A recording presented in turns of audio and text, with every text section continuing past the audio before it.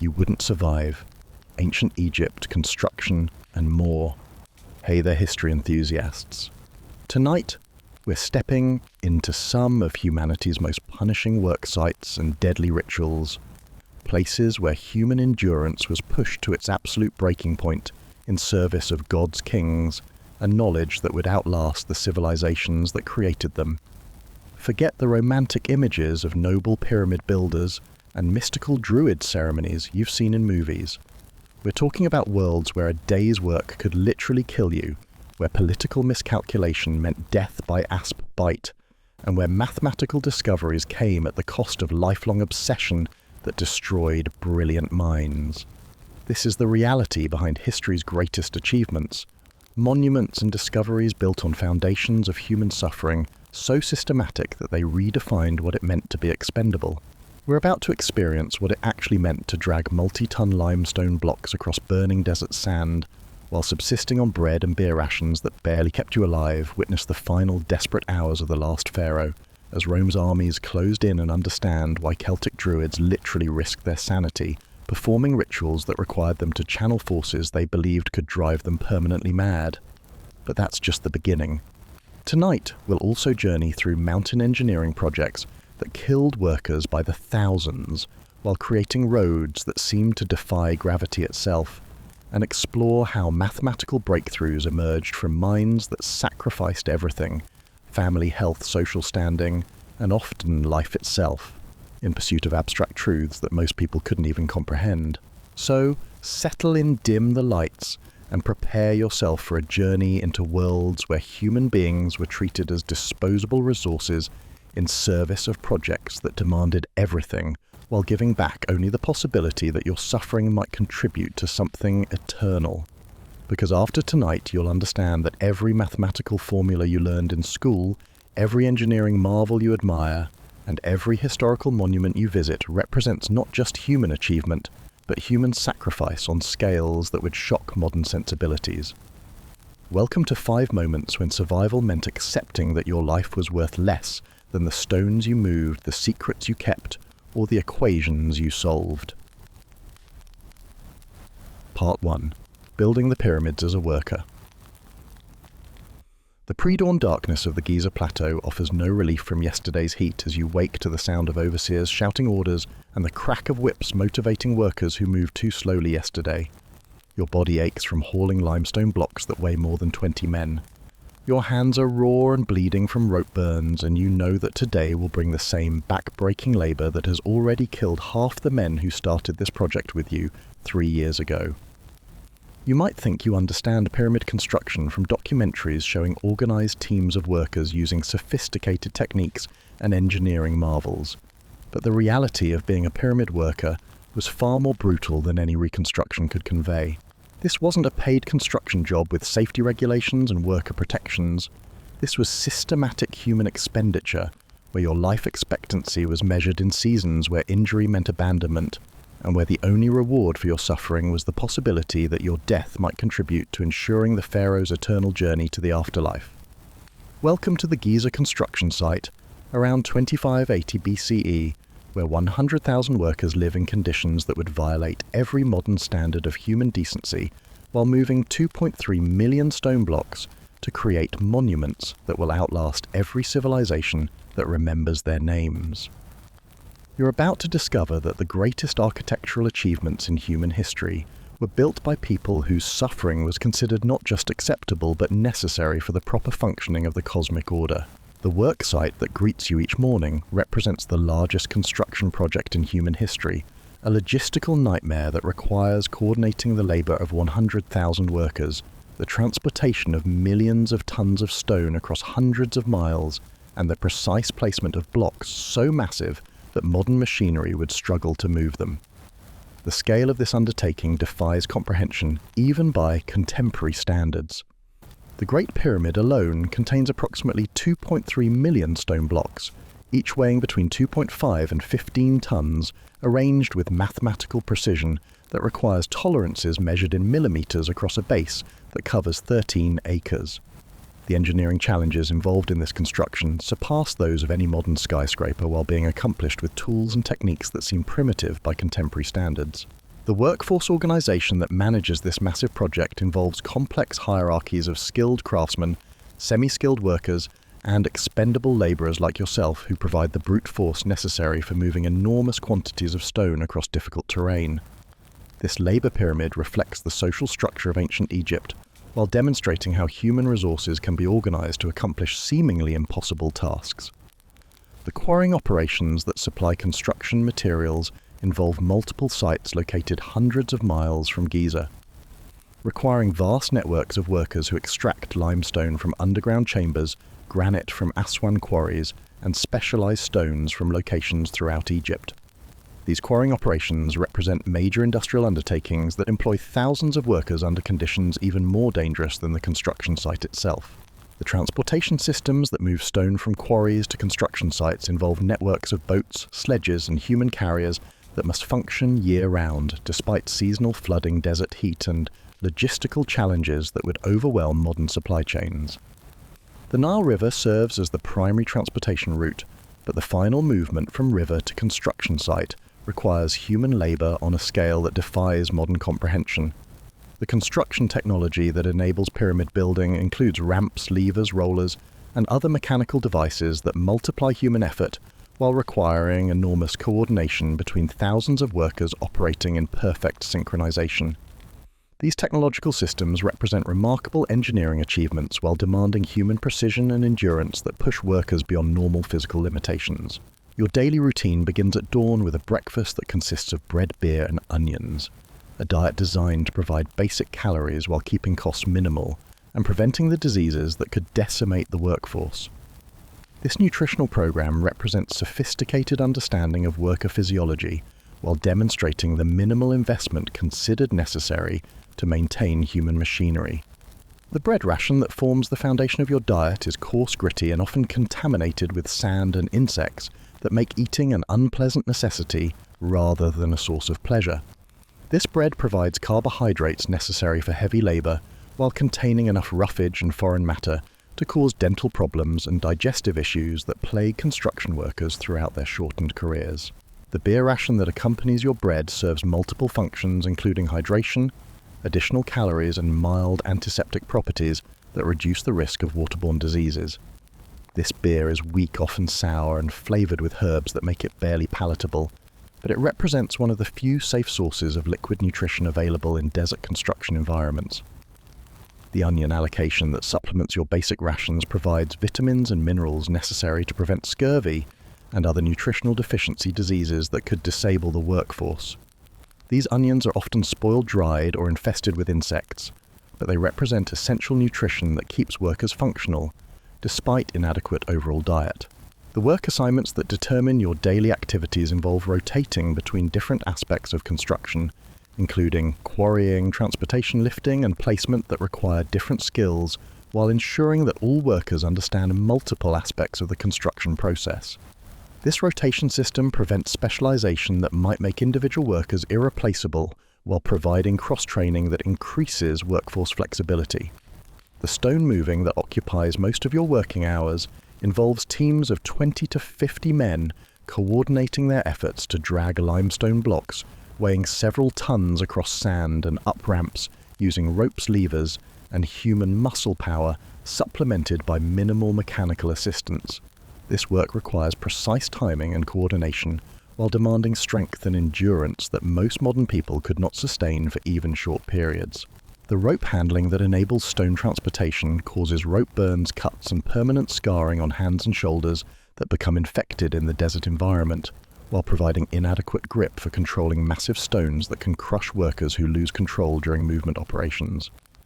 The ropes themselves are rough, often frayed, and prone to breaking under stress, creating additional dangers for workers who depend on them for safety.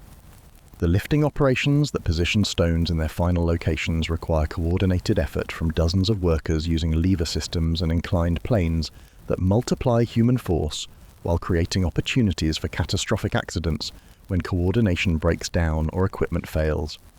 These operations represent the most dangerous aspects of construction work while being essential for completing pyramid structure. The ramp construction that enables workers to move stones to increasing heights involves building earthen pathways that must support enormous weights while maintaining gradual inclines that allow human-powered transportation. These ramps require constant maintenance and modification as construction progresses, while representing major engineering projects in their own right. The heat management that enables work in desert conditions involves scheduling the most strenuous activities during cooler morning and evening hours, while providing minimal shelter and water breaks that prevent immediate death from heat exhaustion, but do not eliminate the cumulative health effects of prolonged exposure to extreme temperatures. The desert heat that dominates the construction environment reaches temperatures that exceed 120 degrees Fahrenheit during summer months, while creating conditions that can kill unacclimated workers within hours of beginning heavy labor. This heat creates constant dehydration, salt loss, and heat exhaustion that reduce work capacity, while increasing accident rates and mortality among the workforce. The sun exposure that accompanies outdoor construction work causes severe sunburned skin cancer and eye damage that affect all workers, while being particularly devastating for those with light skin who lack genetic adaptations for desert environments. The lack of protective clothing or sunscreen creates ongoing health problems that accumulate throughout workers' shortened careers. The sandstorms that periodically sweep across the construction site create additional hazards, including respiratory problems, eye injuries, and visibility reduction that makes precision work impossible, while increasing accident rates and project delays. These storms can last for days, while making outdoor work dangerous and unproductive. The water scarcity that affects all desert operations limits the amount of drinking water available to workers, while creating competition for this essential resource that can trigger conflicts between different work groups. The water that is available is often contaminated, warm, and insufficient for replacing fluids lost through heavy labor and extreme heat. The shade shortage that characterizes the open construction site means that workers have little relief from direct sun exposure during breaks, while being forced to work in conditions that would be considered dangerous by any modern standard.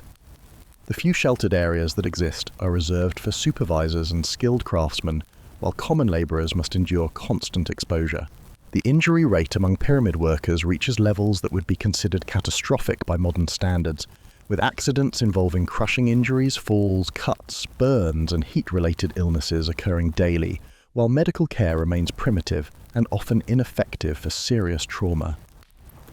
The crushing accidents that result from lost control of massive stone blocks create injuries that are usually fatal, while demonstrating the constant danger faced by workers who must maneuver multi-ton objects using inadequate equipment and coordination systems. These accidents occur regularly, while serving as grim reminders of the risks involved in pyramid construction. The fall injuries that result from working at heights on ramps and scaffolding systems cause broken bones, head trauma, and spinal injuries that typically end workers' careers, while often proving fatal in an environment where medical care is limited to basic first aid and traditional remedies of questionable effectiveness. The rope burns and cuts that affect virtually all workers involved in stone transportation create wounds that become infected in the dirty, dusty construction environment, while being aggravated by continued work with contaminated tools and materials. These injuries rarely heal properly, while often leading to permanent scarring and reduced hand function. The heat exhaustion and heat stroke that affects workers during summer months can cause permanent brain damage or death, while being treated with traditional remedies that have little effectiveness against serious heat-related illness. The high mortality rate from heat-related causes demonstrates the deadly nature of desert construction work. The respiratory problems that develop from constant exposure to stone dust, sand, and smoke from cooking fires cause permanent lung damage, while reducing work capacity and life expectancy for all construction workers. These respiratory issues are aggravated by poor nutrition and inadequate medical care, while being considered normal occupational hazards. The eye injuries that result from stone chips, dust, and intense sunlight cause vision problems and blindness that affect workers' ability to perform precision tasks, while receiving minimal treatment from medical practitioners who lack understanding of proper eye care. These vision problems often worsen over time, while ending careers in skilled construction work. The medical care available to injured workers consists primarily of traditional remedies, including herbal treatments, magical incantations, and primitive surgical techniques that often do more harm than good, while being provided by practitioners whose understanding of anatomy and disease is limited by the medical knowledge of the time.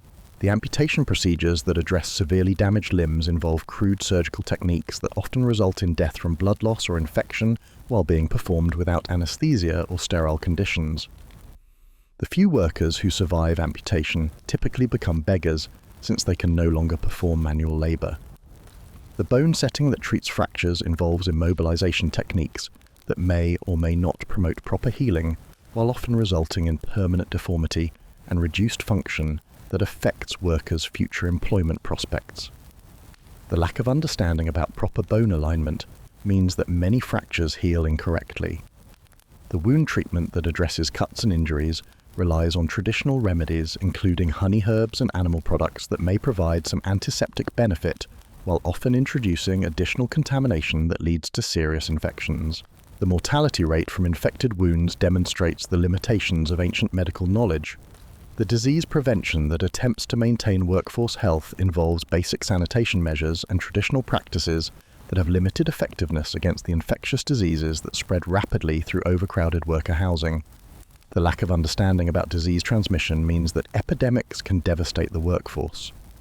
The pain management that helps workers continue laboring despite injuries involves alcohol, herbal preparations, and stoic acceptance of suffering that enable continued productivity while providing minimal actual relief from pain.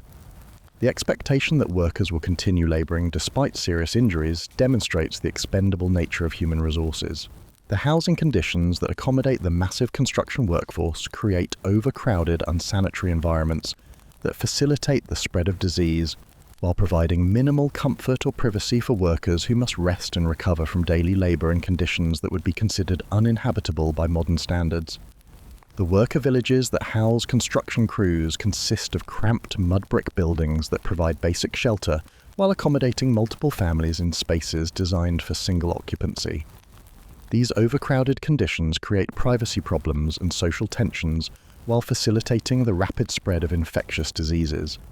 The sanitation systems that manage human waste in worker villages are primitive and often overwhelmed by the large population, creating health hazards that contribute to disease outbreaks while producing odors and contamination that make living conditions unpleasant and dangerous for all residents. The food storage and preparation areas that serve worker villages lack adequate protection from insects, rodents, and spoilage that contaminate food supplies while creating additional health risks for workers whose nutrition is already marginal. The high rate of food poisoning and gastrointestinal illness demonstrates the inadequacy of food safety measures. The water supply that serves worker villages often becomes contaminated with human waste and industrial pollutants that cause waterborne diseases while providing insufficient quantities for basic hygiene and drinking needs. The competition for clean water creates additional stress and conflict within worker communities. The sleeping arrangements that accommodate workers involve shared beds, floor space, and rotating schedules that prevent adequate rest while creating conditions that facilitate the transmission of parasites and infectious diseases. The lack of privacy and comfort affects workers' mental health and job performance.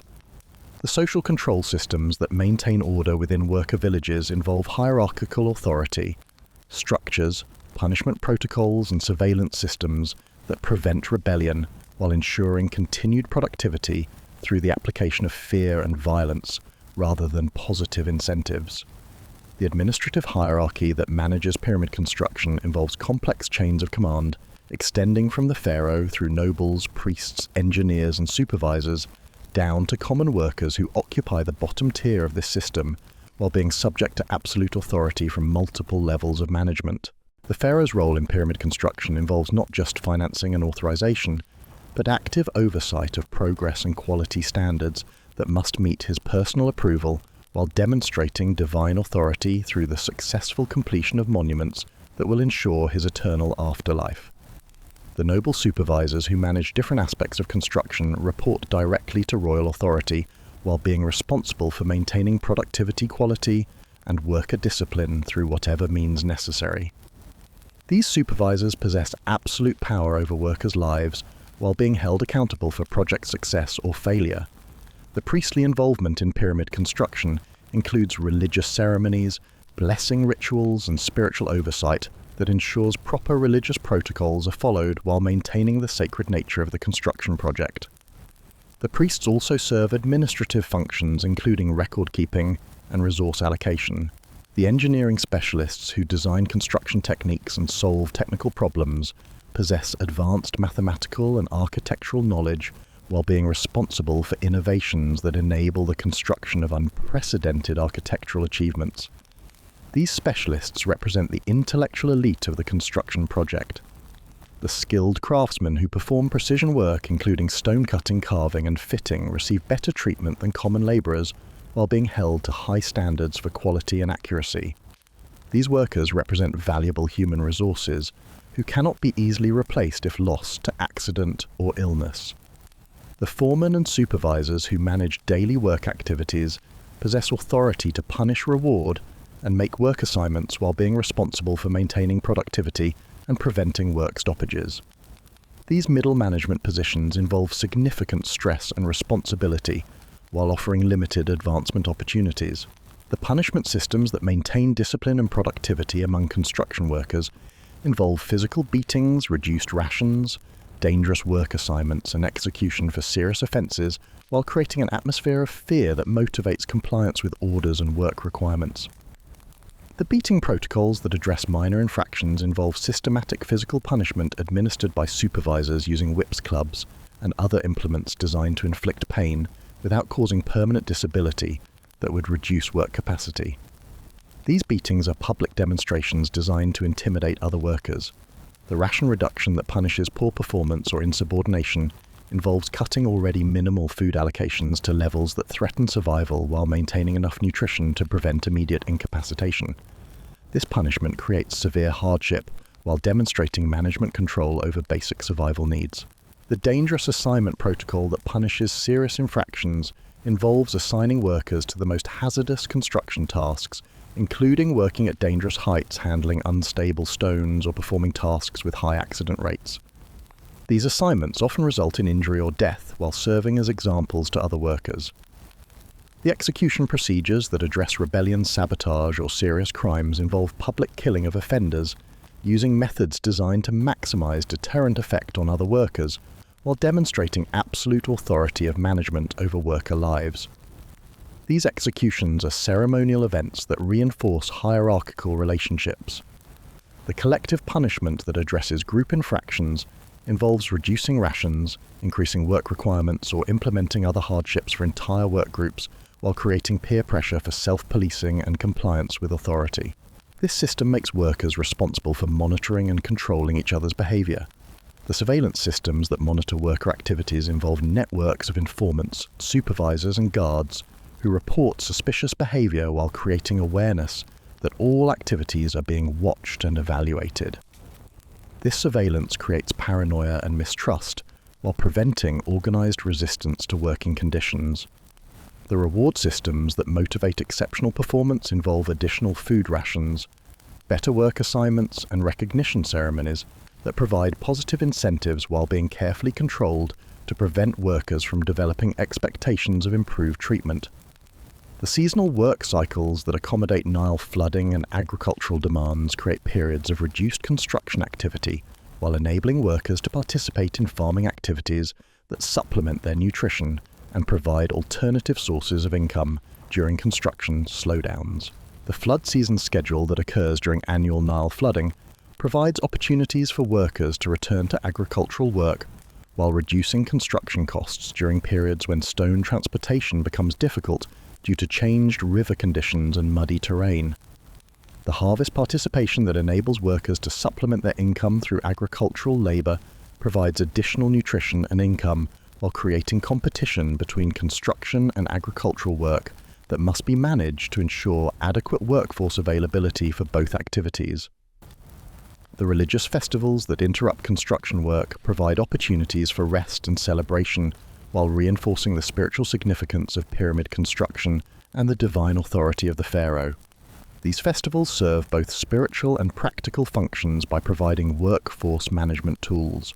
The maintenance activities that occur during reduced construction periods involve repairing tools, equipment, and facilities while preparing for resumed intensive construction work.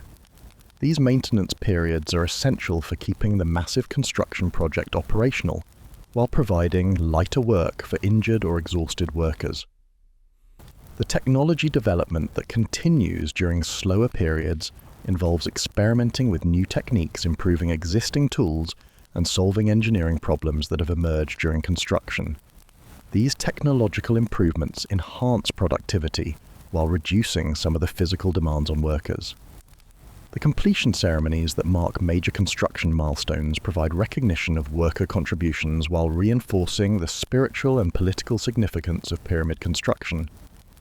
These ceremonies offer brief relief from routine work while creating shared experiences that build workforce morale. The legacy considerations that motivate pyramid workers include the possibility that their labor will contribute to monuments that outlast all contemporary civilizations while providing spiritual benefits for the pharaoh that may indirectly benefit the entire Egyptian civilization through divine favor. The afterlife beliefs that influence worker motivation involve understanding that proper completion of pyramid construction ensures the pharaoh's successful journey to the afterlife while maintaining cosmic order that benefits all Egyptian society. These religious beliefs provide meaning for otherwise unbearable work conditions.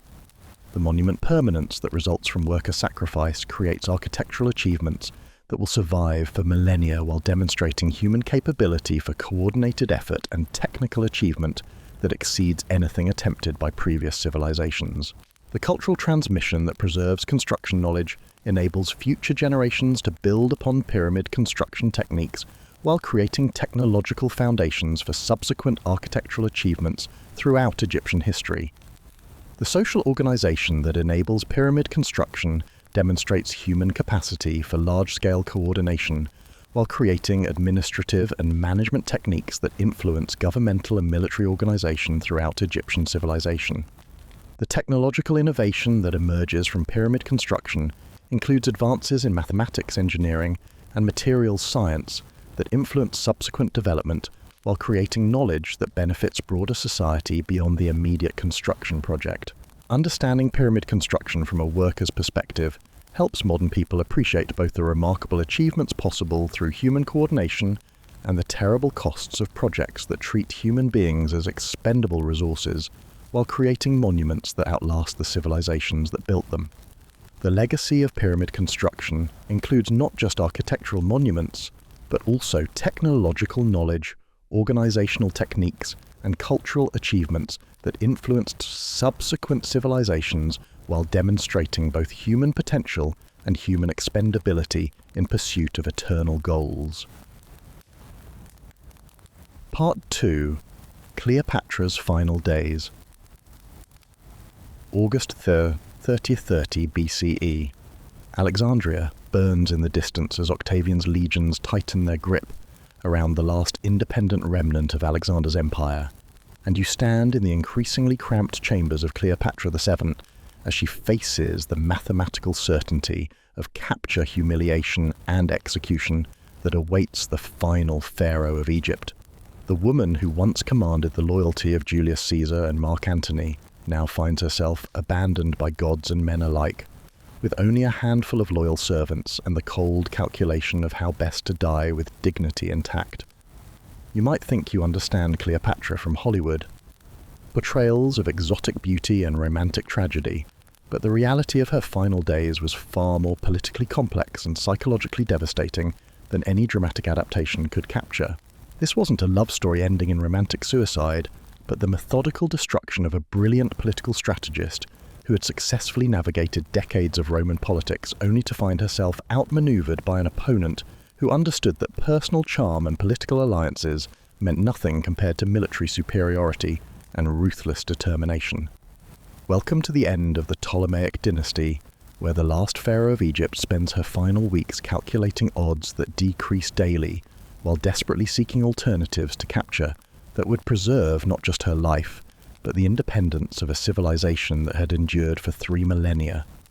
You're about to witness the final political gamble of a woman who had already lost everything except the right to choose how her story would end. The political landscape that surrounds Cleopatra's final days represents the culmination of centuries of Roman expansion and the death throes of the last major independent power in the Mediterranean world. Egypt, once the crown jewel of the ancient world, has become a prize to be won rather than a player capable of determining its own fate. The Battle of Actium, fought just 1 year earlier, marked the decisive end of Cleopatra, and Mark Antony's resistance to Octavian's consolidation of Roman power. The naval defeat that lost them control of the eastern Mediterranean also severed their connection to the resources and allies necessary for continued resistance against Rome's unstoppable military machine. Mark Antony's suicide, which occurred just days before Cleopatra's own final decision, eliminated her last significant military ally while removing any possibility of negotiating from a position of strength. Antony's death left Cleopatra completely isolated and dependent on her own wits for survival in a situation where diplomatic solutions had become impossible. Octavian's approach to Alexandria with overwhelming military force creates the immediate context for Cleopatra's final desperation. The future Augustus understands that capturing the Egyptian queen alive would provide him with the ultimate trophy for his triumph in Rome, while eliminating any possibility of future resistance centered around her legendary status.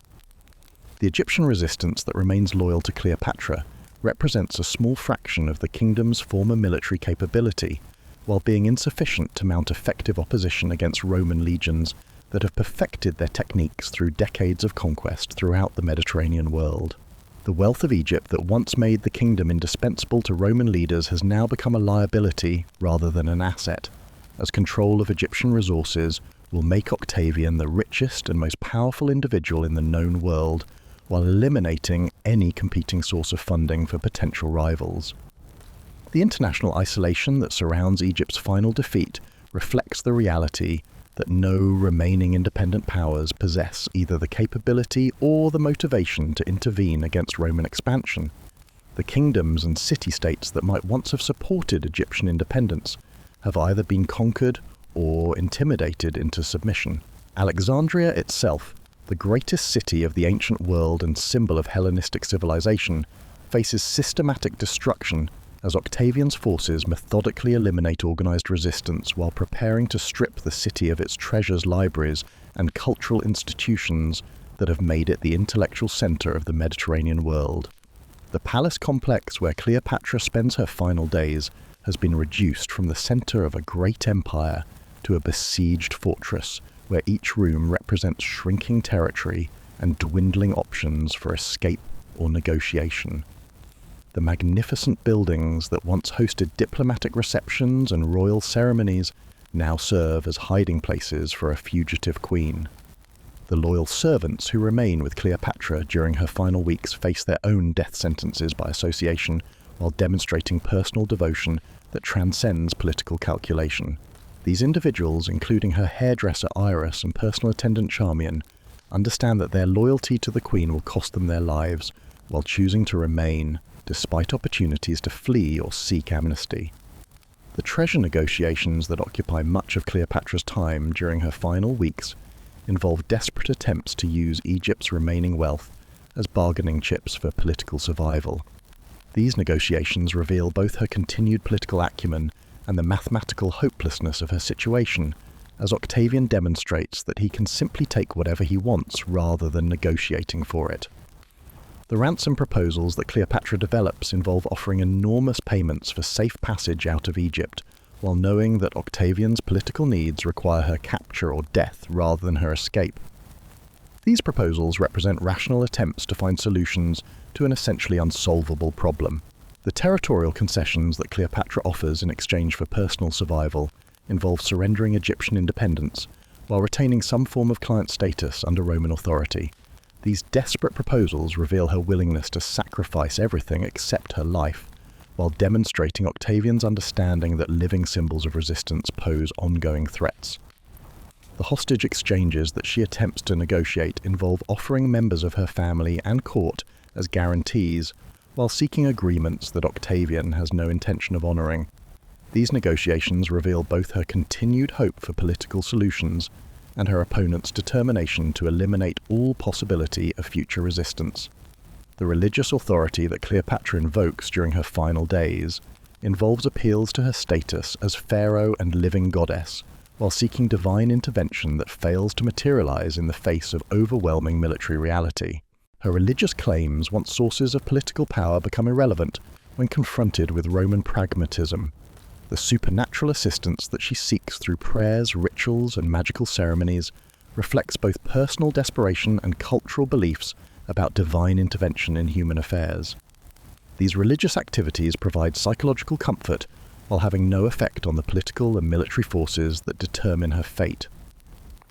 The dream interpretations and omens that occupy her attention during these final weeks involve systematic analysis of any possible signs of divine favor or guidance, while revealing the psychological stress that accompanies the collapse of everything she has worked to achieve throughout her reign. The astrological consultations that she conducts with court scholars involve attempts to identify favorable timing for various desperate strategies, while providing intellectual framework for decisions that must be made regardless of celestial influences. These consultations offer structure for decision-making while having no impact on external realities. The ancestral appeals that she makes to the spirits of previous pharaohs involve invoking 3 centuries of Ptolemaic rule while seeking spiritual strength for decisions that will determine whether the dynasty ends in dignity or degradation. The suicide planning that dominates Cleopatra's final days involves careful consideration of methods that will ensure death while preserving her dignity and preventing Roman exploitation of her corpse for propaganda purposes. These preparations require both practical knowledge and psychological preparation for self-destruction. The poison research that she conducts involves systematic testing of various toxic substances to identify options that will provide quick, relatively painless death, while being readily available within the besieged palace complex. These experiments reveal both scientific knowledge and desperate determination to control her final moments. The method evaluation that occupies her time involves comparing different suicide techniques based on reliability, speed, dignity, and symbolic significance, while considering how each choice will affect her historical legacy and the morale of her remaining supporters. The timing considerations that complicate suicide planning involve coordinating her death with external events to maximize political impact while preventing Octavian from using her capture for propaganda purposes. These tactical calculations demonstrate continued political thinking even in the face of certain defeat. The co-conspirator coordination that involves her loyal servants requires ensuring that they can either escape or die with dignity, while avoiding capture that might lead to torture and forced revelation of information that could compromise other supporters still at large. The location selection for her final act involves choosing settings within the palace that provide appropriate dignity while ensuring that her body will be discovered quickly enough to prevent degradation, but not so quickly as to enable Roman intervention that might save her life for future humiliation. The message preparation that she undertakes involves composing final communications to surviving family members, supporters, and historical posterity, while crafting statements that will shape how her death is interpreted by future generations. The ASP acquisition that provides her chosen method of suicide involves obtaining the poisonous snake that will deliver death through bite, while carrying symbolic significance related to her status as pharaoh and connection to Egyptian religious tradition. The serpent symbolism that makes the asp an appropriate choice for royal suicide connects her death to Egyptian religious beliefs about divine protection and royal authority, while providing a method that carries cultural meaning beyond mere effectiveness as a means of self-destruction. The bite mechanics that enable death by ASP involve allowing the snake to deliver venom that causes respiratory paralysis and cardiac arrest, while providing a relatively quick death that maintains dignity and prevents the physical degradation that accompanies some other forms of suicide. The final preparations that occupy her last hours involve ritual purification, ceremonial dress, and spiritual preparation that transforms suicide into a religious and political act rather than mere desperation. These preparations demonstrate continued royal dignity while creating meaningful conclusion to her reign. The costume selection that she makes for her death involves wearing royal regalia that emphasizes her status as pharaoh, while making a political statement about Egyptian independence and Ptolemaic legitimacy that will influence how her death is perceived by both enemies and supporters. The witness arrangements that she organizes ensure that loyal servants will be present to document her final moments, while providing testimony about her dignity and determination that can counter Roman propaganda about her defeat and death. The final political calculations that occupy her thoughts during her last hours involve analysing how her death will affect the remaining resistance to Roman rule, while considering whether martyrdom might accomplish more than continued futile resistance could achieve. The historical legacy considerations that influence her final decisions involve understanding how her death will be remembered and interpreted by future generations, while attempting to shape narratives that will preserve something of Egyptian independence and Ptolemaic achievement despite military defeat. The dignity preservation that motivates her suicide involves refusing to participate in Roman triumph ceremonies that would display her as a captured barbarian queen while maintaining royal status through the manner of her death rather than the circumstances of her defeat. The propaganda warfare that continues even in death involves denying Octavian the political benefits of displaying a living captive while creating a martyr narrative that might inspire future resistance to Roman rule throughout the Eastern Mediterranean. The final hours that precede Cleopatra's death involve a carefully orchestrated sequence of events designed to ensure that her suicide achieves maximum political and symbolic impact while preventing Roman intervention that might frustrate her final gesture of independence. The morning routine that she follows on her final day involves normal royal activities, including meetings with advisors and attention to administrative details that maintain the illusion of continued political relevance while providing cover for final preparations. The meal consumption that occupies her final afternoon involves sharing food with loyal servants while discussing arrangements for their own survival or death, as circumstances require. This final banquet provides human connection while serving practical purposes for coordinating final actions. The bath rituals that prepare her for death involve ceremonial purification and grooming that emphasize her royal status, while providing spiritual preparation for the transition from life to death that she believes will reunite her with earlier pharaohs in the afterlife. The prayer activities that occupy her final hours involve appeals to Egyptian gods for protection during her journey to the afterlife, while seeking divine approval for suicide that contradicts some religious teachings but serves political and personal needs.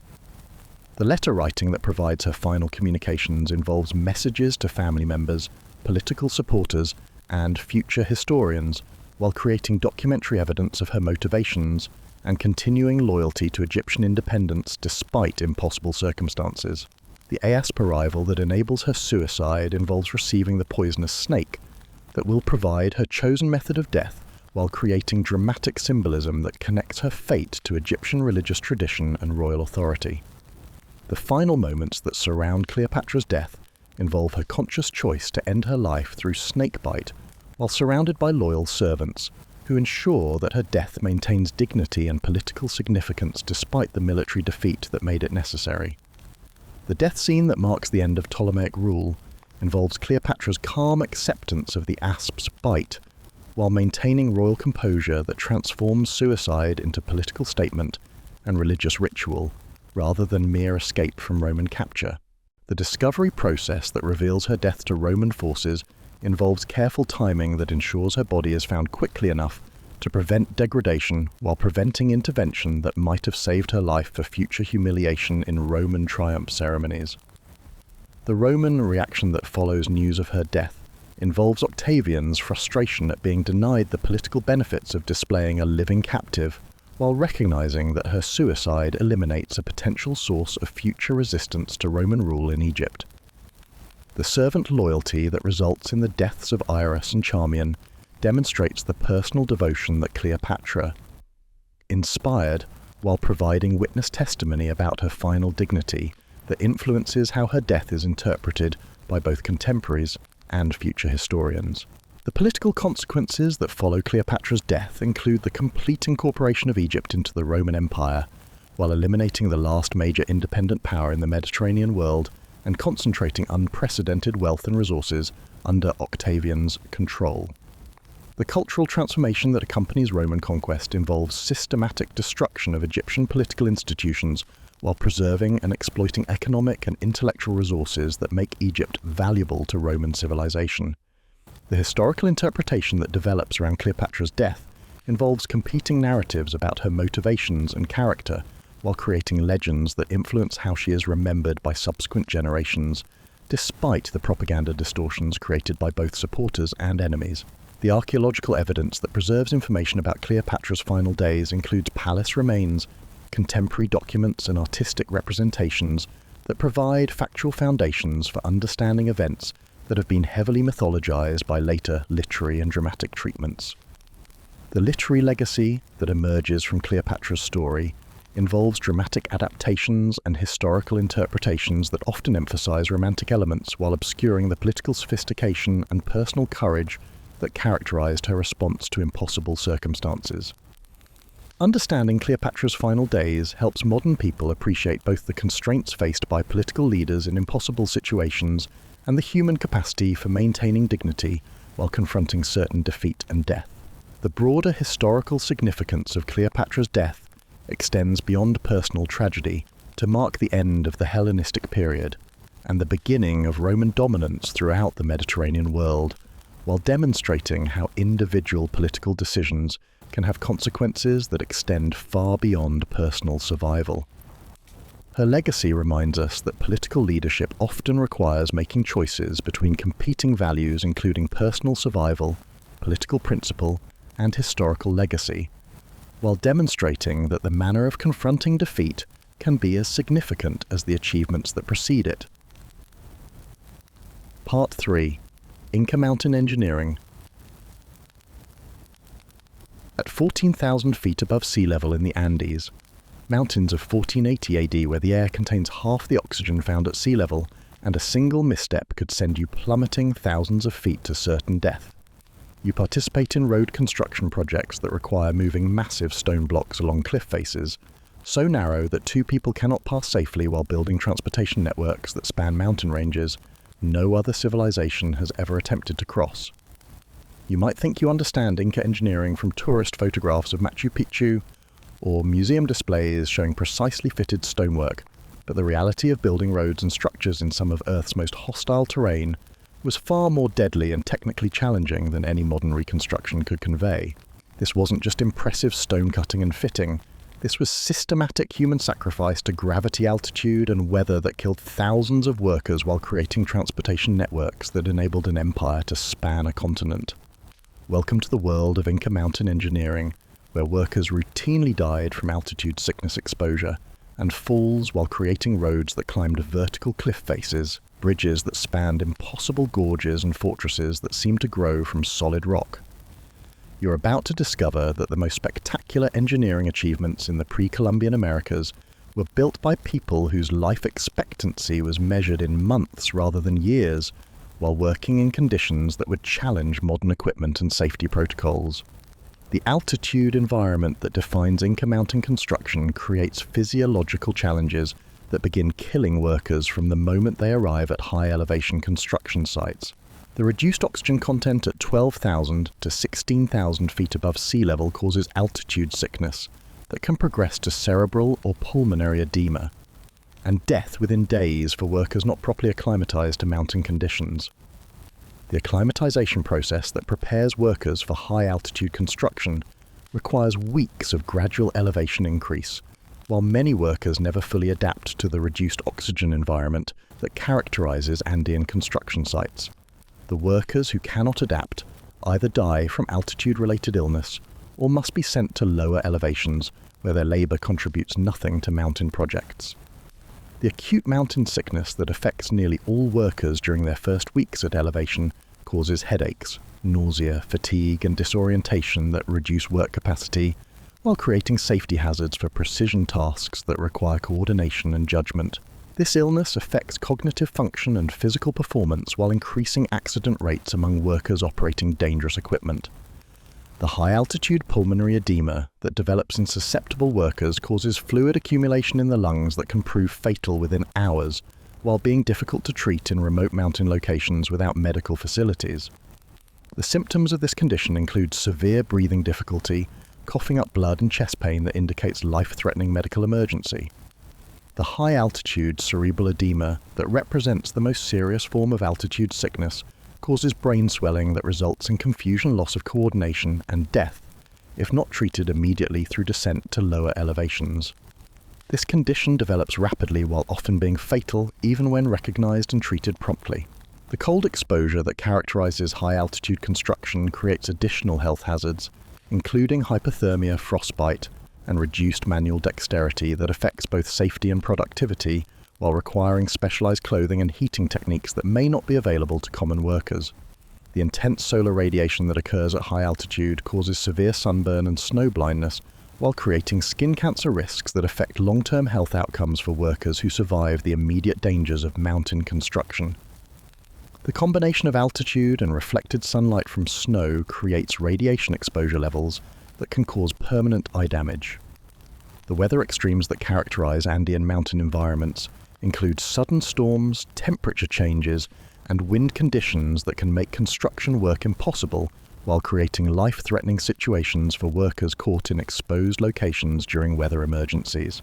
The terrain challenges that face Inca road builders include vertical cliff faces, unstable rock formations, glacial crevasses, and avalanche zones that require construction techniques specifically adapted to mountain conditions, while creating constant danger of catastrophic accidents that can kill entire work crews. The cliff construction that enables roads to traverse impossible terrain requires workers to operate while suspended by ropes over 1,000-foot drops, while chiseling footholds and building retaining walls from solid rock faces. These operations require absolute coordination and trust, while offering no margin for error that could result in fatal falls. The slope stabilization that prevents landslides and rock falls involves identifying geological hazards and constructing drainage and retention systems that protect finished roadways from natural disasters, while requiring workers to identify and work around unstable rock formations that could collapse without warning. The bridge construction that spans mountain gorges requires designing and building suspension systems using natural materials including fiber ropes and wooden planks, while creating structures that can support loaded pack animals crossing spans of several hundred feet over dangerous chasms. The tunnel excavation that enables roads to pass through mountain barriers involves hand-digging passages through solid rock, while managing ventilation, structural support, and water drainage in underground conditions that can collapse suddenly and trap workers in spaces where rescue becomes impossible.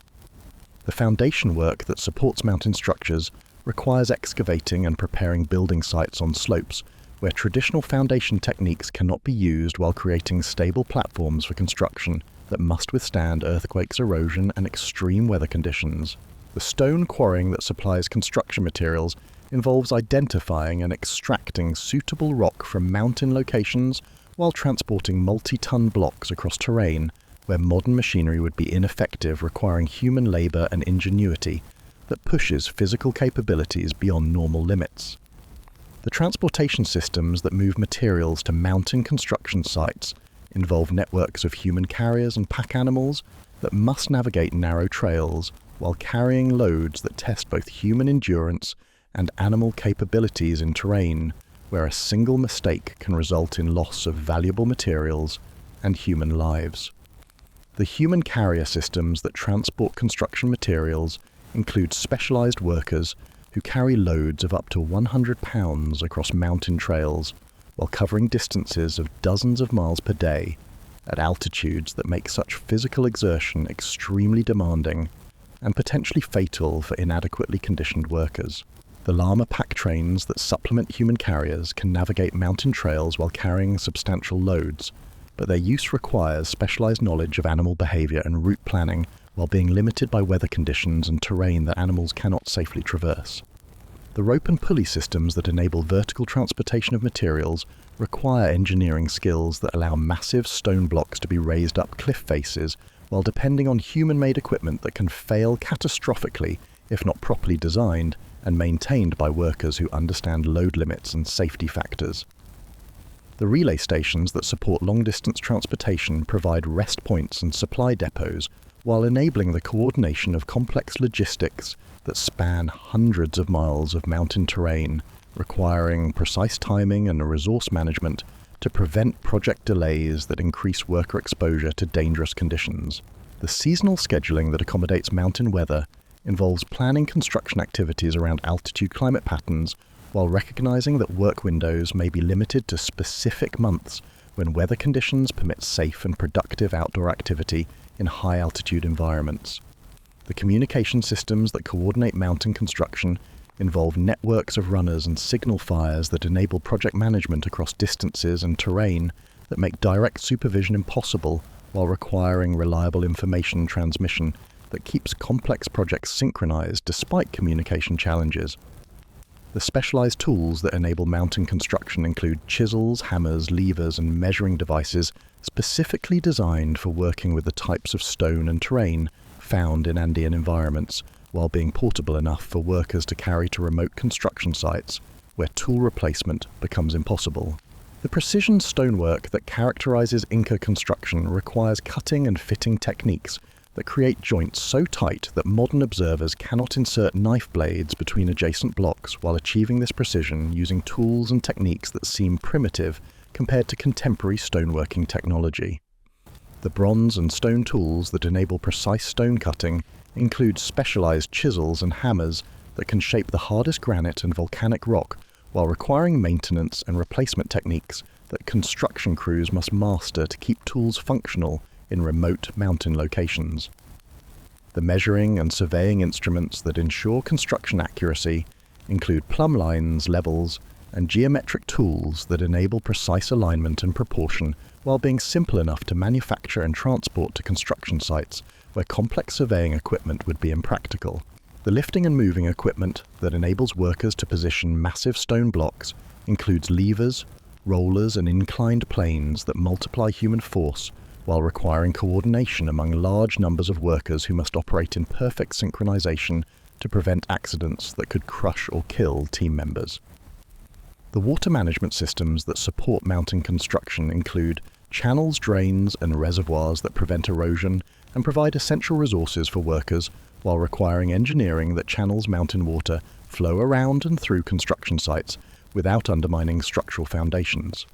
The food production that sustains mountain construction crews involves specialized agricultural techniques, including terraced farming and high-altitude crop varieties that enable food production in mountain environments while providing nutrition adequate for heavy physical labor at extreme altitudes. The terraced agriculture that supplies construction crews requires building and maintaining farming platforms on mountain slopes while developing irrigation systems that channel water from mountain streams to agricultural plots that may be located miles from natural water sources. The food preservation techniques that enable long-term storage in mountain climates include freeze-drying fermentation and other methods that preserve nutritional value while preventing spoilage in environments where fresh food supplies may be unavailable for extended periods during construction projects. The specialized diet that sustains high-altitude workers includes foods rich in carbohydrates and nutrients that help workers adapt to reduced oxygen environments while providing energy necessary for heavy physical labor that demands exceptional caloric intake to maintain strength and health. The coca leaf consumption that helps workers adapt to altitude involves traditional stimulant use that reduces hunger and fatigue while providing modest assistance with altitude adaptation, though this traditional practice cannot prevent serious altitude-related illness in workers who cannot properly acclimatize. The medical knowledge that addresses construction injuries includes traditional healing techniques and herbal remedies that provide basic treatment for cuts, bruises, and minor illnesses, while being inadequate for serious trauma or altitude-related medical emergencies that require immediate evacuation to lower elevations.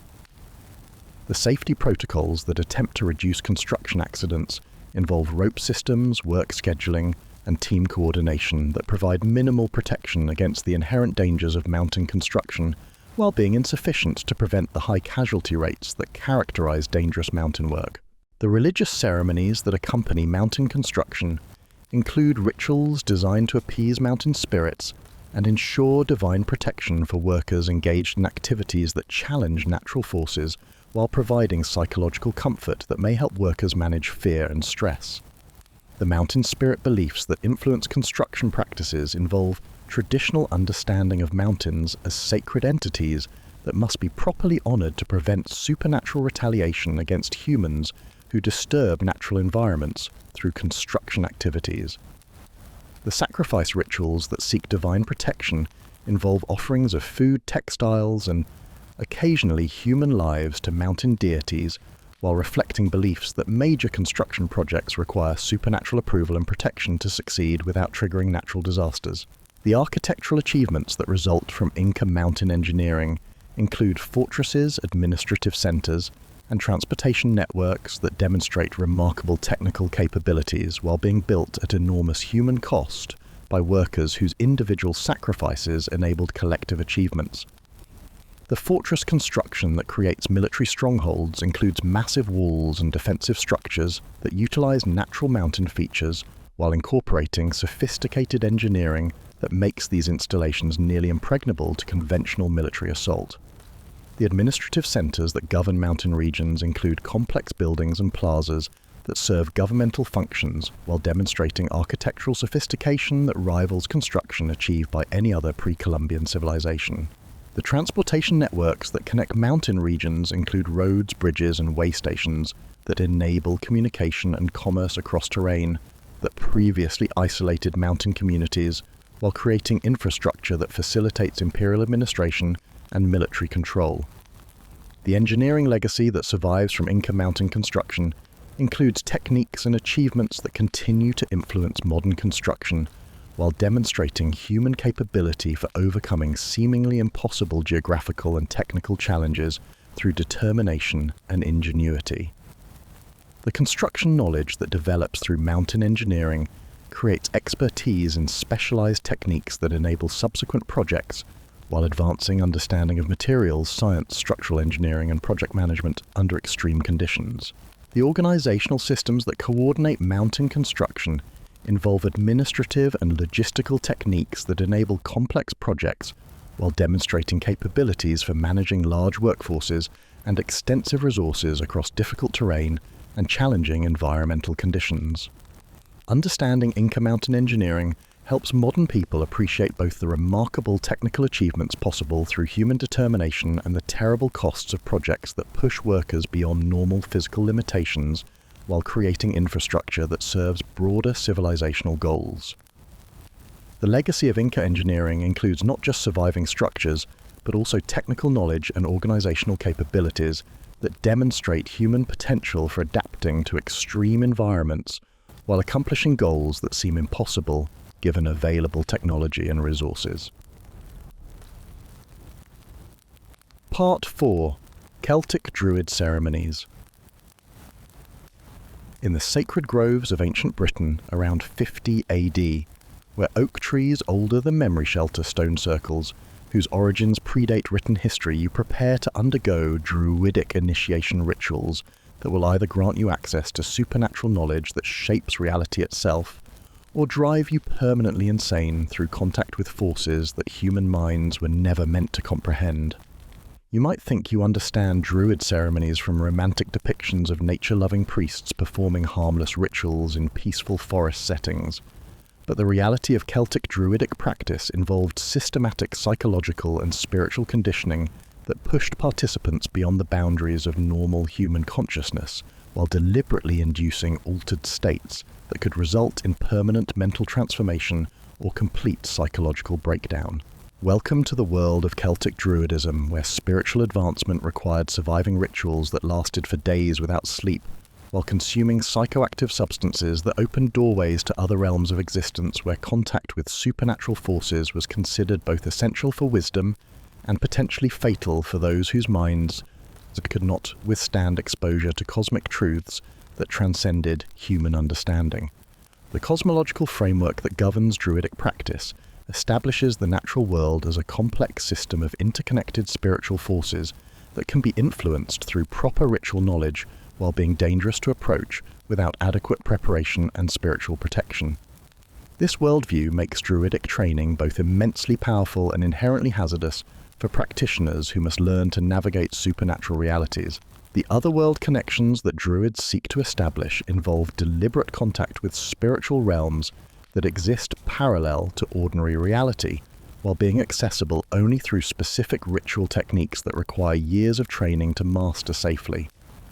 These otherworldly contacts provide access to knowledge and power, while exposing practitioners to spiritual dangers that can destroy unprepared minds. The divine communication that Druids facilitate enables direct interaction with gods, spirits, and ancestral forces, while requiring psychological conditioning that allows human consciousness to survive exposure to supernatural entities whose nature transcends normal human comprehension. This communication capacity makes Druids valuable to their communities, while exposing them to spiritual risks that few individuals can safely navigate. The prophetic abilities that emerge from Druidic training involve developing perception of future events and hidden knowledge, while requiring mental conditioning that enables consciousness to transcend normal temporal limitations. These prophetic capabilities provide strategic advantages while demanding psychological sacrifices that fundamentally alter practitioners' relationship with ordinary reality. The magical practices that Druids perform include shape-shifting, weather control, healing, and other supernatural abilities, while requiring spiritual development that pushes human consciousness beyond its normal boundaries. These magical capabilities make Druids powerful, but also dangerous to themselves and others when not properly controlled. The sacred locations that provide settings for Druidic ceremonies include ancient stone circles, sacred groves, and natural features that serve as interfaces between ordinary reality and supernatural realms, while requiring specific ritual approaches that honor the spiritual forces associated with these places. The stone circle rituals that focus Druidic power involve ceremonies conducted within ancient monuments whose original builders have been forgotten, while utilizing astronomical alignments and geometric proportions that channel natural forces for ritual purposes. These circles serve as spiritual technologies that amplify ritual effectiveness while requiring precise knowledge for safe operation. The sacred grove ceremonies that connect Druids to tree spirits involve rituals conducted in oak forests that have been consecrated through generations of spiritual practice, while serving as sanctuaries where supernatural forces can be contacted safely. These groves provide natural temples that enhance ritual power while offering protection from malevolent spirits. The water ritual sites that enable purification and divination include springs, pools, and rivers that serve as gateways to otherworldly realms, while providing media for scrying and spiritual cleansing that prepare practitioners for advanced ritual work. These water sites require specific approaches that honor water spirits while utilizing aquatic environments for spiritual purposes. The cave ceremonies that involve underground rituals connect practitioners to chthonic forces while providing isolation necessary for intensive spiritual work that cannot be conducted in ordinary environments. These underground rituals often involve sensory deprivation and psychological conditioning that facilitate altered states of consciousness.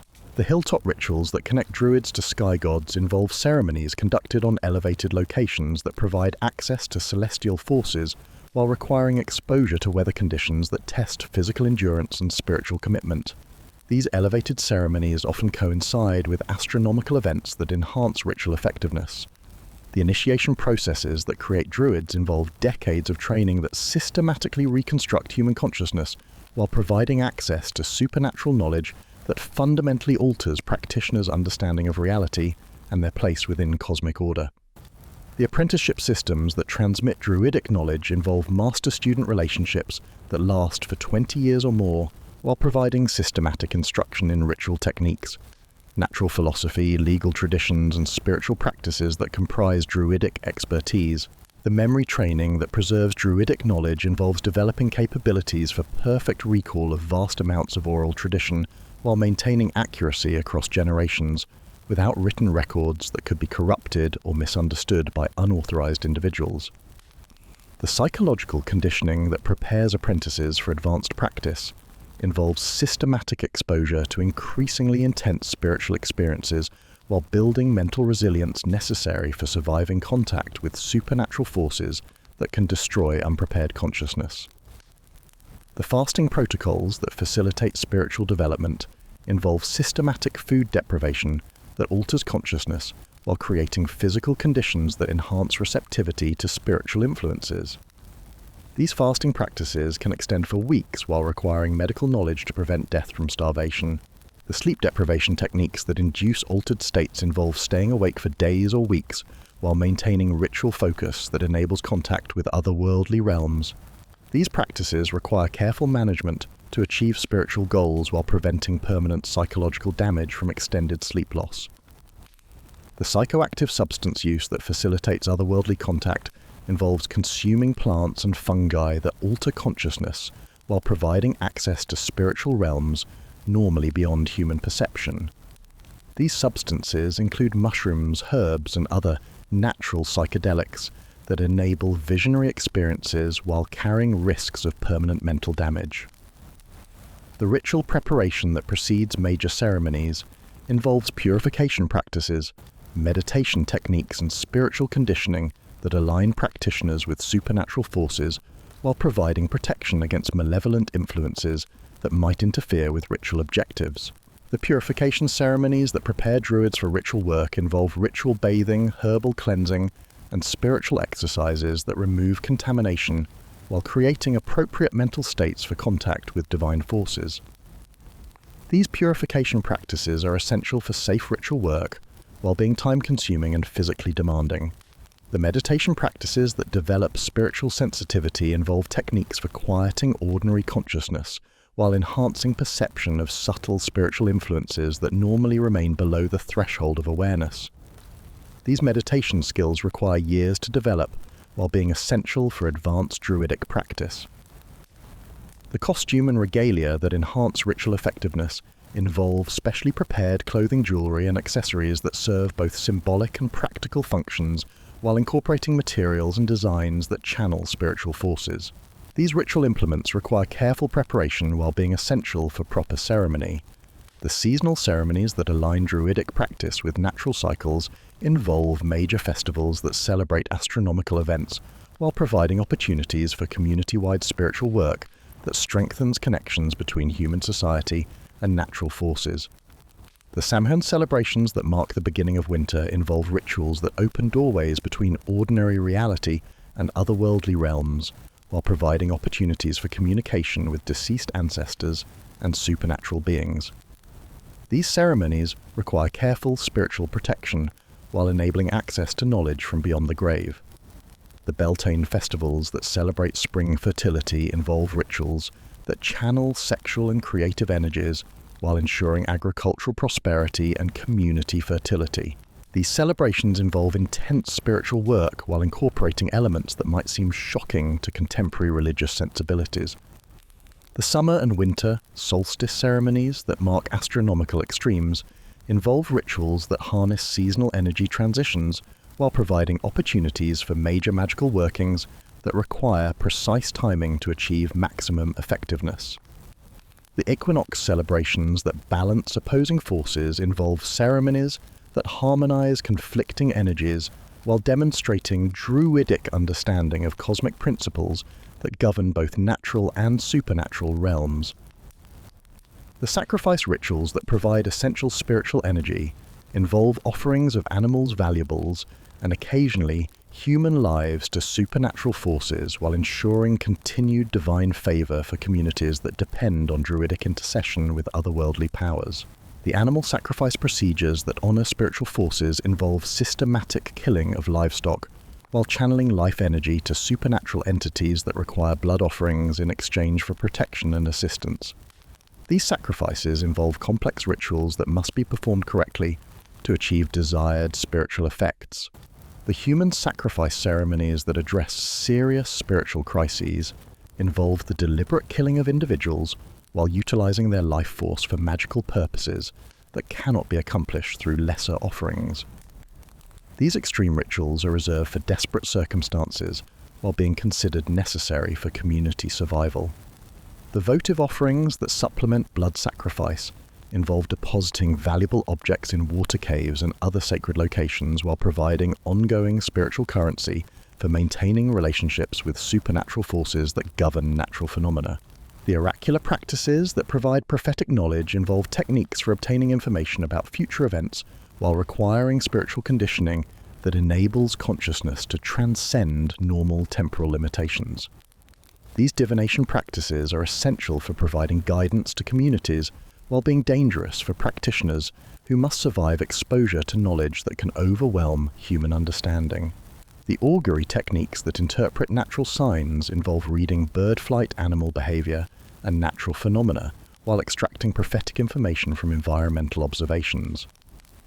These interpretive skills require extensive training while providing practical guidance for agricultural, military, and political decisions. The scrying practices that enable supernatural vision involve using reflective surfaces, fire, water, and other media, while achieving altered states of consciousness that permit perception of hidden knowledge.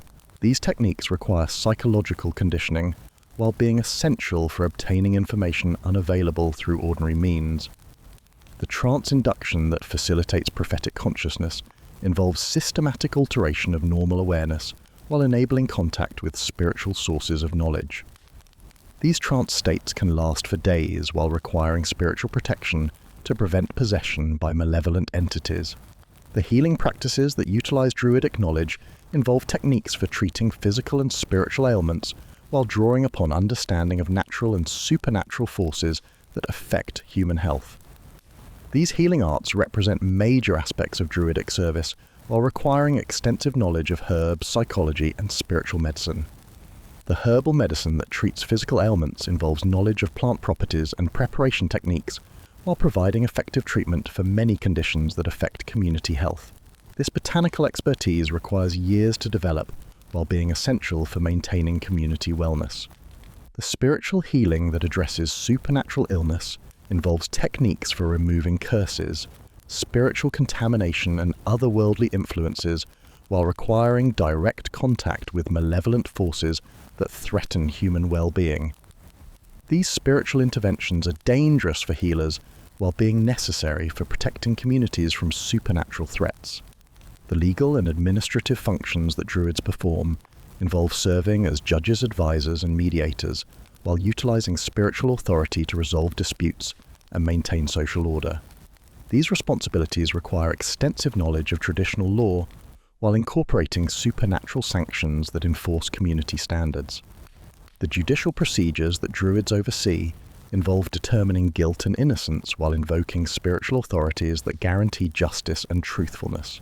These legal processes incorporate both practical investigation and supernatural revelation while providing community confidence in judicial outcomes.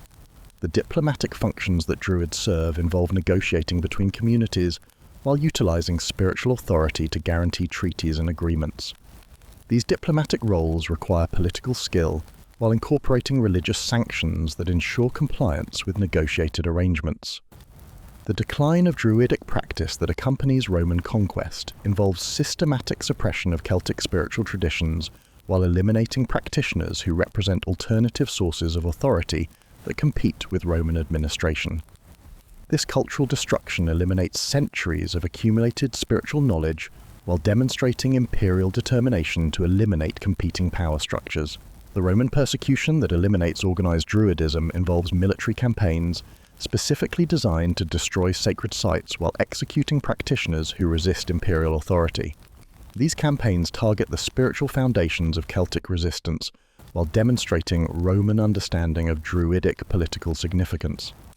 The knowledge preservation that maintains some druidic traditions involves secret transmission of spiritual practices while adapting ancient techniques to changed circumstances that require concealment from hostile authorities. This underground preservation enables partial survival of Celtic spirituality while losing much specialized knowledge. The archaeological evidence that documents druidic practice includes ritual sites, sacrificial remains, and votive deposits while providing material confirmation of spiritual practices that survived in oral tradition and classical literary sources. This evidence reveals the sophistication of Celtic spirituality while confirming its fundamental differences from classical Mediterranean religion. Understanding Celtic druidic ceremonies helps modern people appreciate both the sophisticated spiritual traditions that sustained ancient Celtic civilization and the psychological demands of religious practices that required practitioners to transcend normal human limitations while serving as intermediaries between their communities and supernatural forces. The legacy of druidic tradition continues to influence contemporary spiritual practices while providing insights into alternative approaches to religion that emphasize direct experience of supernatural forces rather than institutional authority and doctrinal compliance. Part 5.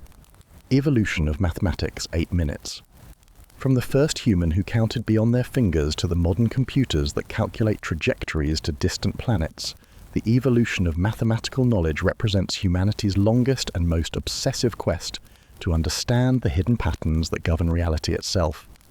But this journey toward mathematical truth has been paved with brilliant minds that sacrificed everything, sanity, health, relationships, and often life itself, in pursuit of abstract insights that most people could neither understand nor appreciate. You might think of mathematics as a peaceful academic discipline involving calm contemplation and logical reasoning, but the history of mathematical discovery reveals a succession of individuals whose pursuit of numerical truth consumed them so completely that they abandoned normal human concerns, while developing ideas that often earned them persecution, ridicule, or execution from societies that considered their insights dangerous or heretical. Welcome to the evolution of mathematical thought, where every breakthrough required someone willing to risk everything for knowledge that existed only in the realm of pure abstraction, where the search for perfect truth drove brilliant minds to the edges of madness, while creating intellectual tools that would eventually reshape human civilization beyond recognition. The earliest mathematical consciousness emerged from humanity's basic need to quantify and organize the world around them, but even these primitive counting systems required cognitive leaps that distinguished early humans from other species, while laying foundations for all subsequent mathematical development. The development of number concepts that enabled systematic counting involved recognizing abstract relationships between quantities, while creating mental categories that could represent amounts independent of specific physical objects. This conceptual breakthrough required cognitive abilities that emerged gradually through thousands of years of intellectual evolution. The finger-counting systems that provided humanity's first calculating tools involved using bodily appendages as permanent reference standards, while developing base to 10 numerical concepts that continue to influence mathematical thinking. These physical counting aids enabled systematic quantification while requiring no external tools or technologies.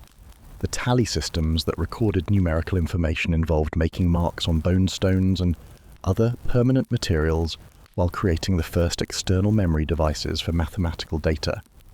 These early recording systems enabled accumulation and transmission of quantitative knowledge, while providing foundations for later written mathematics.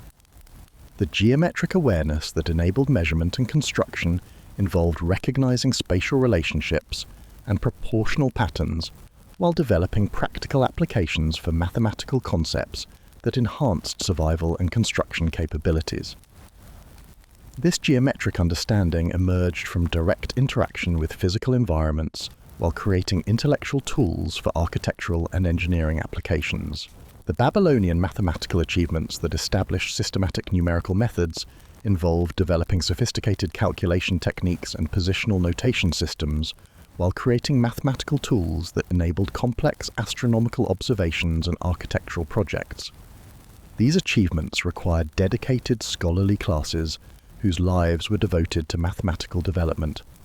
The base 60 numerical system that Babylonians developed provided computational advantages for certain types of calculations, while influencing timekeeping and astronomical measurement systems that continue to affect modern life.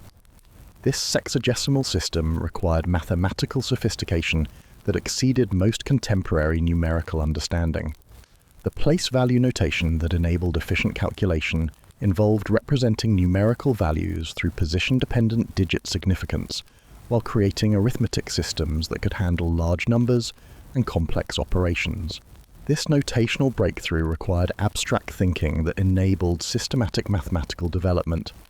The algebraic techniques that solved practical problems involved systematic methods for finding unknown quantities, while providing mathematical tools that enabled engineering and commercial applications. These algebraic developments required mathematical specialists whose expertise enabled societal advancement. The astronomical applications that utilized Babylonian mathematics involved precise calculations for predicting celestial events, while creating calendrical systems that enabled agricultural planning and religious observance. These applications required mathematical precision that demanded lifelong scholarly dedication. The Egyptian mathematical tradition that emerged independently from Mesopotamian developments involved different approaches to numerical problems, while creating mathematical knowledge that enabled architectural achievements, including pyramid construction and sophisticated engineering projects. The Egyptian numerical systems that utilized hieroglyphic representation involved additive notation methods while creating calculation techniques adapted to their cultural and technological contexts. These systems required specialized scribal training while providing effective tools for practical mathematical applications. The geometric knowledge that enabled Egyptian architecture involved sophisticated understanding of proportional relationships and measurement techniques while creating mathematical foundations for monumental construction projects. This geometric expertise required scholarly traditions that preserved and transmitted mathematical knowledge across generations. The fraction systems that handled non-integer quantities involved unit fractions and specialized notation while providing methods for precise measurement and calculation that enabled advanced construction and commercial applications. These fractional techniques required mathematical sophistication that exceeded most contemporary numerical understanding. The area and volume calculations that supported Egyptian engineering involved systematic methods for measuring complex shapes while providing practical tools for architectural and agricultural applications. These measurement techniques required mathematical training that created specialized classes of technical experts. The Greek mathematical revolution that transformed numerical thinking into systematic logical investigation involved developing proof-based reasoning and abstract theoretical frameworks, while creating mathematical knowledge that transcended practical applications to explore pure mathematical truth. The Pythagorean discoveries that revealed mathematical relationships in natural phenomena involved recognizing numerical patterns in musical harmony and geometric relationships while developing philosophical frameworks that viewed mathematics as fundamental to understanding reality itself. These insights required intellectual communities dedicated to mathematical exploration. The geometric proofs that established logical foundations for mathematical knowledge involved systematic reasoning that demonstrated mathematical truths through deductive logic, while creating intellectual standards that influenced all subsequent mathematical development. These proof techniques required mental discipline that demanded complete dedication to logical thinking. The irrational number discoveries that challenged basic assumptions about numerical reality involved mathematical investigations that revealed quantities that could not be expressed as simple fractions, while creating intellectual crises that required new mathematical frameworks. These discoveries traumatized mathematical communities while advancing theoretical understanding. The Euclidean geometric system that organized mathematical knowledge involved comprehensive logical frameworks that established systematic foundations for geometric reasoning while creating educational systems that transmitted mathematical knowledge across cultures and centuries. This achievement required scholarly dedication that subordinated personal concerns to mathematical advancement. The Indian mathematical innovations that advanced numerical techniques involved developing zero concepts, decimal systems, and computational methods while creating mathematical tools that enhanced astronomical calculation and architectural applications. These developments required mathematical specialists whose expertise enabled significant cultural achievements. The zero concept that revolutionized mathematical calculation involved recognizing the numerical significance of nothingness, while creating notation systems that enabled systematic arithmetic operations. This conceptual breakthrough required abstract thinking that transcended common-sense numerical understanding. The decimal positional notation that simplified complex calculations involved systematic place value methods while creating arithmetic systems that enabled efficient computation. These notational advances required mathematical sophistication while providing practical tools that enhanced commercial and scientific applications. The trigonometric developments that enabled precise astronomical calculations involved systematic study of angular relationships while creating mathematical tools that enhanced navigation and calendar systems. These achievements required scholarly traditions that preserved and advanced mathematical knowledge. The algebraic techniques that solved complex equations involved systematic methods for manipulating mathematical expressions while providing tools that enabled theoretical and practical problem solving. These algebraic developments required mathematical expertise that demanded lifelong scholarly commitment. The Islamic mathematical synthesis that preserved and advanced classical knowledge involved translating, commenting upon and extending Greek and Indian mathematical traditions while creating new mathematical techniques and applications. This scholarly work required linguistic and mathematical expertise while providing cultural bridge between ancient and modern mathematical traditions. The House of Wisdom that preserved mathematical knowledge involved scholarly institutions dedicated to mathematical research and translation while creating intellectual environments that fostered mathematical advancement. These institutions required social investment in mathematical learning while producing mathematical experts whose work influenced subsequent development. The algebraic advances that systematized equation-solving techniques involved developing general methods for manipulating mathematical expressions while creating mathematical tools that enabled complex problem-solving. These advances required mathematical sophistication that pushed the boundaries of contemporary understanding. The geometric innovations that extended classical methods involved new approaches to spatial problems while creating mathematical techniques that enhanced architectural and engineering applications. These innovations required creative mathematical thinking while providing practical tools for construction and design. The astronomical applications that utilized Islamic mathematics involved precise calculations for navigation and calendar systems while creating mathematical foundations for scientific advancement. These applications required mathematical expertise while demonstrating practical value of theoretical mathematical development. The European mathematical renaissance that rediscovered and advanced classical knowledge involved systematic study of ancient mathematical texts, while developing new mathematical techniques that enabled scientific revolution. This mathematical revival required scholarly dedication while creating intellectual foundations for modern science. The university system that institutionalized mathematical education involved creating formal programs for mathematical instruction while establishing careers for mathematical specialists. These educational institutions required social investment while providing systematic training that advanced mathematical knowledge.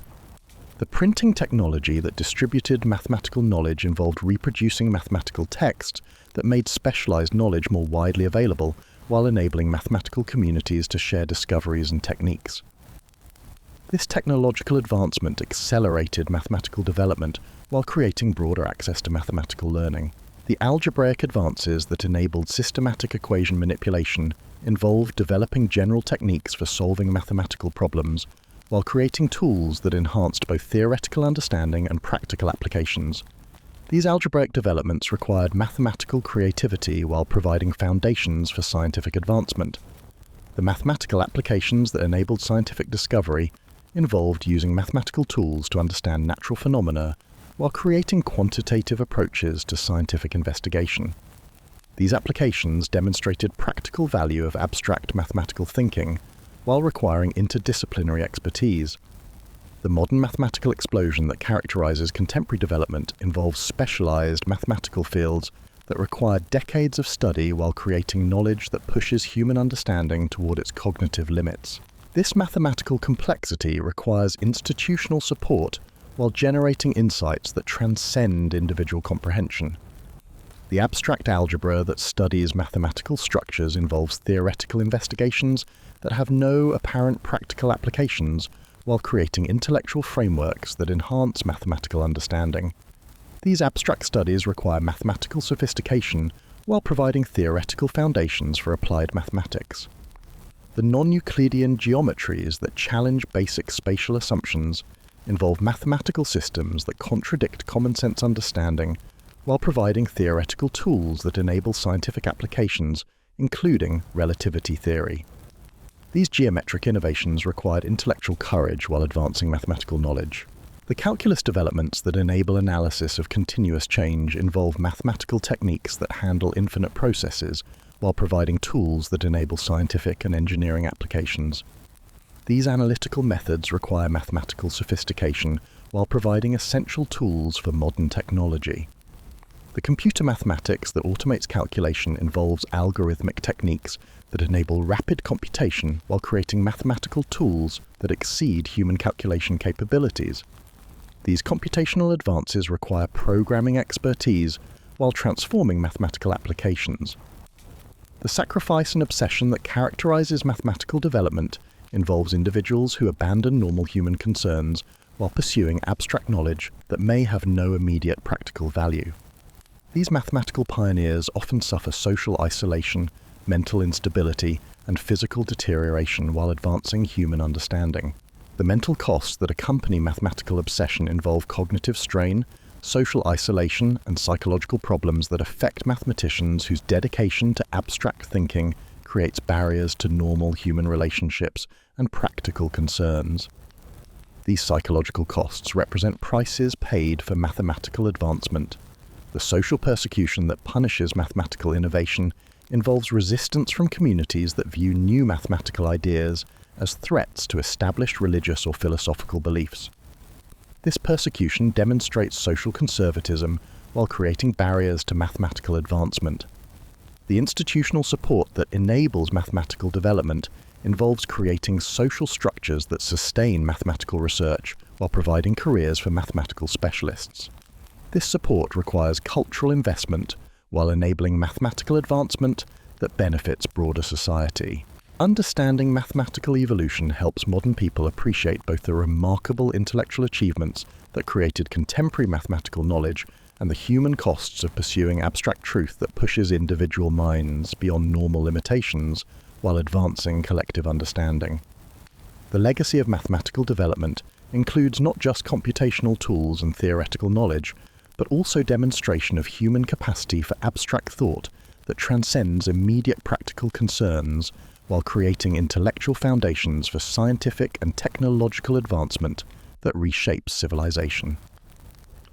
Conclusion: from the limestone quarries of Giza to the abstract realms of pure mathematics, these 5 journeys reveal how human progress has always demanded extraordinary sacrifice from individuals whose suffering and obsession created the foundations upon which civilization itself was built.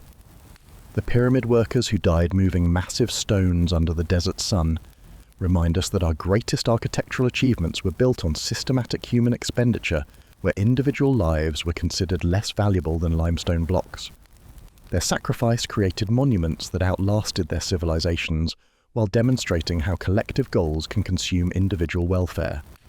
Cleopatra's Final Days showed how even the most brilliant political minds can find themselves trapped by forces beyond their control, where personal intelligence and cultural sophistication become irrelevant when confronted with overwhelming military power. Her suicide demonstrated how dignity can be preserved through the manner of defeat rather than its circumstances. The Inca mountain engineers who died building roads across impossible terrain proved that human determination can overcome seemingly insurmountable geographical obstacles while revealing the price of creating infrastructure that enables civilization to span continents. Their deaths purchased connectivity that transformed entire civilizations. The Celtic Druids who risk madness pursuing supernatural knowledge illustrated how spiritual advancement can require psychological sacrifices that fundamentally alter human consciousness while serving communities that depend on contact with forces beyond normal understanding. Their mental transformation enabled cultural survival through spiritual leadership. The mathematical pioneers whose obsession with abstract truth consumed their lives, health and relationships created intellectual tools that would eventually reshape human understanding of reality itself, while demonstrating how pursuit of knowledge can become more important than the lives that pursue it. Their sacrifice created foundations for modern science and technology. These stories share common themes that illuminate enduring aspects of human achievement: our willingness to sacrifice everything for goals that transcend individual survival, our capacity for enduring suffering when motivated by purposes larger than personal comfort, and our ability to create lasting value through temporary lives dedicated to eternal objectives. Perhaps most importantly, these examples reveal that progress is never automatic or painless, but requires conscious choices about what costs are acceptable in pursuit of advancement. The pyramids, mathematical theorems, mountain roads, spiritual wisdom, and political achievements that define human civilization all represent conscious decisions to prioritize collective goals over individual welfare. Their legacy challenges us to appreciate the unprecedented comfort and security that characterize modern existence while recognizing that our advantages were purchased through centuries of human sacrifice by people who accepted extraordinary suffering to create tools, knowledge, and infrastructure that make contemporary life possible. These extraordinary achievements also remind us that human beings possess remarkable capacity for transcending normal limitations when motivated by purposes that extend beyond immediate personal concerns, whether building monuments for eternity, seeking abstract truth, or serving spiritual communities that depend on their sacrifice. As we face contemporary challenges that may require similar dedication and sacrifice, these historical examples provide both inspiration and warning about the costs of achievement, while demonstrating that remarkable things become possible when individuals commit themselves completely to goals that outlast their own lives. The workers, queens, engineers, druids, and mathematicians who populate these stories all chose to prioritize something larger than themselves while accepting personal costs that most people would consider unacceptable. Their choices remind us that civilization advances not through the comfortable choices of the many, but through the extreme dedication of the few who willingly sacrifice everything for achievements that benefit generations they will never see. Understanding these historical examples helps us recognize that the knowledge we take for granted, the infrastructure we depend upon, and the cultural achievements we admire all rest on foundations built by people whose individual suffering seems almost incomprehensible by contemporary standards. Every mathematical formula learned in school represents minds that sacrifice their sanity for abstract truth. Every ancient monument we visit embodies workers who died moving stones. Every transportation network we travel was built by people who accepted fatal risks to connect distant places. Yet these examples also reveal the remarkable human capacity for finding meaning through sacrifice, for discovering purpose in suffering, and for creating lasting value through temporary lives. The pyramid workers found identity in contributing to eternal monuments. Cleopatra maintained dignity through choosing how her story would end. The mountain engineers created infrastructure that connected civilizations. The druids served as bridges between human communities and supernatural forces. The mathematicians pursued truth that transcended all material concerns. Their stories challenge modern assumptions about the relationship between individual welfare and collective progress, while demonstrating that some achievements require levels of commitment that exceed anything demanded by contemporary life. The safety regulations, labor protections, and social support systems that characterize modern society represent hard-won victories over the kind of systematic human expenditure that characterized earlier civilizations. At the same time, these historical examples raise uncomfortable questions about whether our contemporary comfort and security might limit our capacity for the kind of transformative achievements that required total dedication from earlier generations. The pyramid builders, mountain engineers, and mathematical pioneers accomplished things that seem impossible precisely because they were willing to pay prices that we would consider unacceptable. Their legacy reminds us that extraordinary achievements often require extraordinary sacrifice, that lasting progress sometimes demands accepting costs that exceed immediate benefits, and that the most important human accomplishments typically result from individuals who prioritize eternal goals over temporary comfort. Standing today among the pyramids of Giza, walking the mountain roads of the Andes, studying the mathematical theorems that govern modern technology, or contemplating the spiritual traditions that sustained ancient cultures, we can appreciate both the remarkable achievements these sacrifices made possible and the human costs that modern sensibilities find almost incomprehensible. These stories ultimately remind us that civilization represents an ongoing experiment in balancing individual welfare against collective achievement, temporary comfort against eternal goals, and immediate safety against long-term progress. The specific balance points have shifted dramatically throughout history, but the fundamental tension between individual and collective needs remains constant. The workers who built pyramids, the rulers who chose dignified death over shameful survival, the engineers who died creating transportation networks, the spiritual leaders who risked madness for transcendent knowledge, and the scholars who sacrificed everything for abstract truth, all faced versions of choices that continue to confront human societies. How much individual suffering is acceptable in pursuit of collective goals? What personal costs are justified by achievements that benefit future generations? When does the pursuit of knowledge or progress justify sacrificing those who create it?